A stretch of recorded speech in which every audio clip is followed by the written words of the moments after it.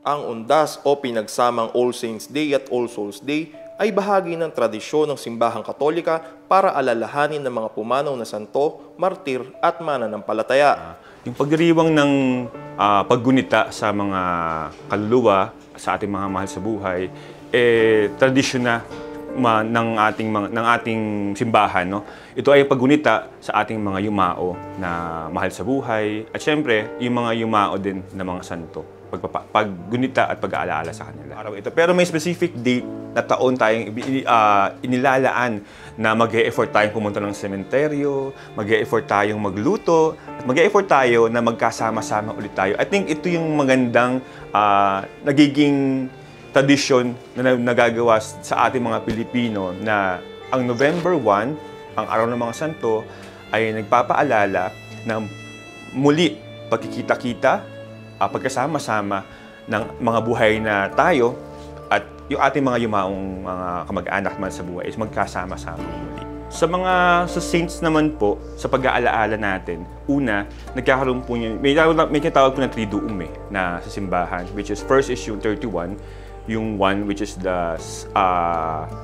yung November 1 which is the All Saints Day, and then the November 2 and the All Souls Day. Ito yung paggunita sa nabanggit nga kanina na lahat ng mga yumao nating mahal at kasama ang ating mga santo. Nagkakaroon po yan ng misa sa simbahan. Kaya naalala niyo, meron tayo mga Thanksgiving, yung mga sobre po. Hanggang buong October, November, binibigay po yung simbahan para pagpapaalala sa lahat ng ating mga yumaong mga kamag-anak at mahal sa buhay. Espesyal ang panahon ng undas para sa mga Pilipino, di lang bilang isang banal na pag-alaala, kundi isang pista para sa mga namayapa at naiwan. Pag-celebrate ng mga Pilipino, especially dun sa ating mga sementeryo, medyo nag-iiba na din siya, nag-evolve. Kung dati, nag-aalay lang tayo ng mga kandila at bulaklak. Pero ngayon habang tumatagal, hindi nga lang siya isang pag-aalay, kundi gathering na din siya, no? Nagkasama-sama yung mga pamilya at hindi na lang siya isang pagpunta, kundi magkikita-kita na rin ng mga pamilya. At sa mga sementeryo, nakikita natin, nag-evolve na din, ano? Hindi dati kasi parang malungkot eh. Pero ngayon, parang yung vibes niya is festive na din, na may mga sound system na rin. Minsan may nag-video okay pa nga minsan, no? Nagkakantahan kasi it's a celebration of life, unlike dati na dapat malungkot ka. Pero ngayon, parang masaya na siya ngayon eh, kasi inaalala ng mga Pilipino at nagsama-sama yung bawat pamilya during sa undas po. Dahil sa impluwensya ng ibang tradisyon, bahagyang nabawasan ang relihiyosong kahulugan ng pag-aalaala sa mga pumanaw, bagay na gustong baguhin ng simbahan.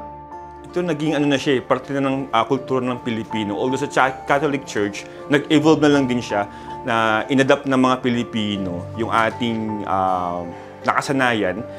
Kaya nga ang dami natin, ang tawag ito yung mga pagano, no? Yung mga hindi siya na normal practice ng simbahan. Pero as Pilipino, ginagawa natin ito. No, napakadami itong mga example nito, like yung pag-aalay ng mga malagkit daw na pagkain, like ng biko, bibingka, o basta malagkit na pagkain. At yung yung pagdalagay ng kandila sa mga bahay-bahay, isa din hindi siya traditional na Katoliko, pero ito'y gawaing pagano. Kaya nga minumungkahi at sinasuggest ng mga Katoliko na hindi ito gawaing pangsimbahan, because ito'y gawang pagano. Pero ito'y nakasanayan ng Pilipino, naging kultura na ng bawat Pilipino ito eh. Yung Halloween event kasi, ito'y nagaganap ng October 31. Ito'y sa mga ibang nasyon, ang pagdiriwang na ito yung mga nagsusuot ng mga nakakatakot na imahe, sa Pilipinas, mga aswang. Pero ito ay gawaing sa ibang bansa, no, na minsan ina-adapt natin Pilipino. Pero technically, sa ating mga Pilipino, ang pinaghahandaan natin talaga is yung araw ng mga santo, hindi yung mga nakakatakot na mga imahe. Sa Quiapo Church, may mga aktibidad para ibalik ang atensyon ng mga deboto sa espiritual na kahulugan ng undas. Pero nakakatuwa naman sa simbahan, ngayon, ating iniiba ito yung mukha ng Halloween. Kaya nga, meron tayong mga gawain sa simbahan na pilit para makabago, para maibago natin yun. At nagkikreate tayo ng mga activities na mag-educate at catechism sa ating mga deboto. kasama pa rin po yun sa prayers ng Quiapo Church. Na pinagdarasal po natin yung mga taong nakalimot na o nalimutan na po. Parang nagsimula po ito sa panahon ni Monsignor Ding, no? Way back 2000 and hindi ko nagkakamali, 2017 or 18, no? Na iniba yung mukha ng Holy Wind, kundi sinimulan nila Father Monsignor Ding at sa pangunguna po ni Father Douglas Badong na magbihis santo ang mga ministry, no? Talagang yung mga hindi na muna sa mga bata sa mga ministry mismo ng Quiapo Church magbibihis santo para part na rin ng catechism na mag-aral sila. Ano nga ba yung santong nire-represent nila? Parang doon po nagsimula yan Part ng formation din po nila yun. Bali po sa Quiapo Church, meron tayong mga organization and department na ka-assign dyan ang formation ministry. Sila yung nag-a-assign, sila yung gumagawa ng programa para dito. Pinapatawag lahat ng ministry, tapos very democratic naman, no? By bunot po ang mga ministry, pinapatawag sila, tapos bubunot. Kung anong mapuntang santo sa kanila, lalaki man yan o babae, yun po yung kanilang ipoportray na santo. Kailangan lang bihisan. At ngayon meron tayong bago, no? Na hindi lamang ito pagbibihis, kundi mamimigay tayo ng mga stampita.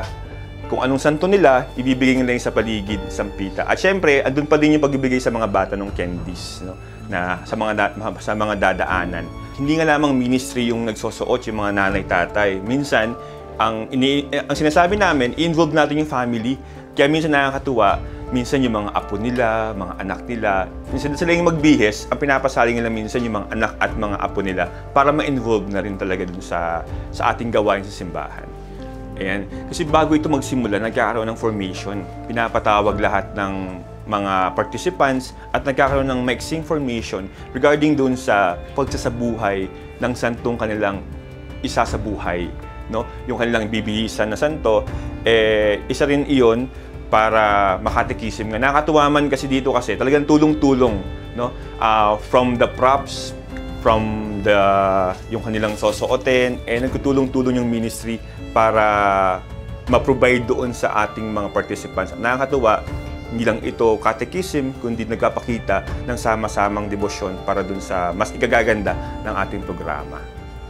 Pagdating naman po sa mga bata na sinusuotan natin ng santo, mas ine-explain, mas pinapaliwanag sa kanila na yung mamuhay ng yung pagiging mabait siguro, ano, yung na ang pag-celebrate ng Holy Wind at All Saints Day, kaya nga All Saints Day, dapat suot ng mga banal. Ito'y gawain ng mga banal at sa murang edad ng mga bata, sa akin, ano na yun makita mo na yung mga bata na nakangiti, hindi pinilit, no, talagang kusa din naman nagsuot at mas naintindihan ano ba itong ginagawa nila. At sa murang edad, nagagawa agad nila yung kanilang misyon, no? Sa murang edad pa lang, na itatanim agad natin sa kanila na dapat ito yung dapat na gawain natin. Bali, in-expect natin na makita dito sa prosesyon nito is yung mga santo, no? Hindi lamang yung mga gandang damit nila, kundi maipakita sa mga tao na minsan sa mundo natin may mga nabuhay na mga santo, na mga banal. At nagpapakita ito na hindi imposible na tayo mismo kayang maging banal. Kasi nga sila mismo, no, maglalaan sila mamaya doon, hindi para ipakita yung kanilang mga costumes, kundi iparamdam sa atin na minsan itong mga banal na ito inakasama natin. At nagpapaalala sa atin na tayong lahat is banal at kaya nating magpakabanal. Maliban dun sa mga candies na ipamimigay, mga stampitas na ipamimigay, yung mensahe ng Quiapo Church, ng ating simbahan, na hindi dapat ito katatakutan, kundi ito'y pagpapakita ng ating kabanalan, ng ating debosyon, syempre sa Nazareno, at pagpaparamdam sa mga tao na kapaligid, pagpapaalala na tayong lahat ay kayang maging banal. Isa sa talagang programa ng simbahan is yung envelope for the souls. So October pa lang po, may panawagan na po sa Quiapo Church na maaari po kayong kumuha ng envelope at ilista doon yung mga yumaong nating mga kamag-anak o mahal sa buhay. At yung buong November, bawat misa, binabasbasan niyo at dadasalan. So isang magandang gawain ito na maalala at halos everyday yon buong November. binabasbasan natin at namimisahan yung ating mga mahal sa buhay na yumao. Na wala ng kamag-anak. Parte po ng ating prayer din sa Quiapo Church ay yung ma-involve at isama pa rin yung mga kaluluwang nakalimutan na. Sa pagdiriwang muli ng undas ngayong taon, tinatawagan ang lahat na alalahanin ang mas malalim na dahilan ng paggunita sa mga namayapa.